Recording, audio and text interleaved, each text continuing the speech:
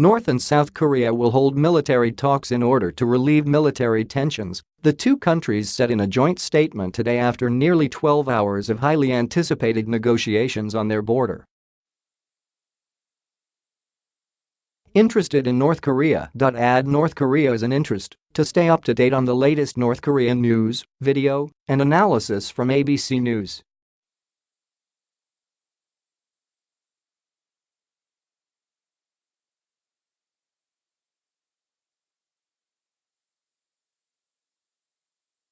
Cheerleaders, artists, spectators, a taekwondo demonstration and members of the North Korean news media will also attend the games, according to the statement. The two sides said they would negotiate over whether their cheerleading groups would perform as one. South Korea will guarantee convenience and working-level meetings will follow, while a date will be decided later, the countries said. The two countries also pledged to resolve national problems on our own, a possible nod to those who believe the Korean conflict should be resolved by the two Koreas, without the United States and other outside actors.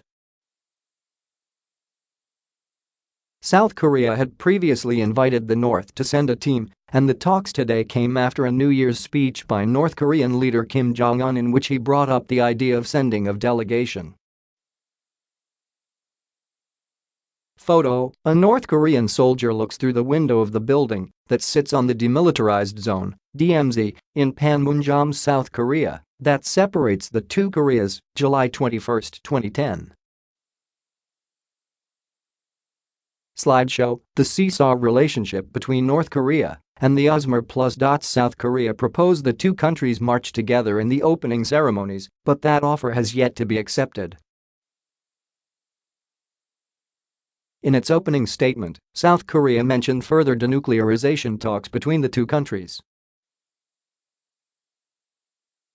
In the joint closing statement, the head of North Korea's delegation, Ri Sung-won, expressed strong discontent at the mention of denuclearization. Earlier, South Korea's Vice Unification Minister, Chun Hae-sung, said the South's negotiating team brought up topics beyond the Olympics, with opening ceremonies February 9. We proposed resuming temporary reunions of families separated by war and holding inter-Korean Red Cross talks to discuss this, Chun said after talks in the morning. Along with this, we also proposed holding inter-Korean military talks designed to reduce animosities in frontline areas. 5 representatives from the highest levels of both governments including South Korean Unification Minister Cho Myung-jae and Ri, North Korea's chairman of the Committee for the Peaceful Reunification of the country kicked off by meeting with a symbolic crossing by the northern delegation into the South-controlled building called House of Peace. Cho Myung-jae, Ri Sung-won. Associated Press. Cho Myung-jae, Ri Sung-won. The two top leaders of the delegation were not involved in afternoon talks as the sides ironed out the details of the agreement. Neither president was in attendance, but the South's leader, President Moon Jae-in, had planned to watch the talks on CCTV live with audio. His counterpart, Kim, could only listen and not watch. Journalists from both countries reported on the meeting by the minute and described the mood as good. At 10 a.m. South Korean time, the officials shook hands and took their seats. In his opening remarks, Ri made the surprising suggestion to broadcast the talks live to show how they are efforting to work on the talks in a transparent manner. We want to give the entire nation a New Year's present with a precious conclusion, he said, referring to both countries. South Korea's Cho, however, said the talks should be closed and they would perhaps show them lived later if necessary. North Korea reopens communication channel with South Korea, discuss Olympic participation. President Trump to Kim Jong-un, my nuclear button is much bigger and more powerful than yours. along the North Korean border, villages ice fish and live under amid ongoing nuclear tension.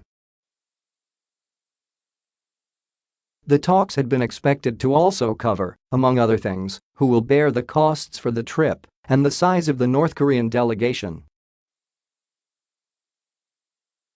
They were the first inter-Korean talks in 25 months and came just 8 days after Kim announced he wanted to send a delegation to the Olympics during his New Year's speech.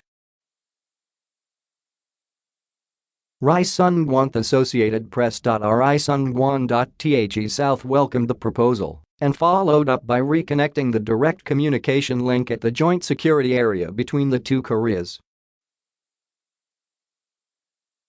The reaction was mixed among the South Koreans ABC News interviewed about the talks. "I think it's good that North and South are actually talking at last," Joo-in Kim, a 26-year-old student, said. The last two regimes in South Korea did not have a chance to reconcile with North Korea. Maybe this will lead to talks about peace or could lead to reunification between the two Koreas. "I think the talks signal an important start. North Korea sent a delegation to the Summer Olympics in 2016, but last sent a team to the Winter Olympics in 2010, skipping the 2014 Games in Sochi, Russia. As proposed for 2018, North Korea and South Korea's marching together in the opening ceremonies is not unheard of. The two countries marched under the Korean unification flag during the Summer Olympics in 2000 and 2004 and the Winter Olympics in 2006. The countries competed separately each time. The talks also came as US President Donald Trump is having a war of words with Kim, recently taunting the North Korean leader by saying his nuclear button was much bigger and more powerful than his. The two countries have traded insults for months, with South Korea stuck in the middle. "I am seriously worried about South Korea's future," Seoul resident and businesswoman Yoon-young Kim, 51, told ABC News. Looking at the North-South talks that have been organized so abruptly after Kim Jong-un's decision, South Korea seems to be in the palm of North Korea's hands.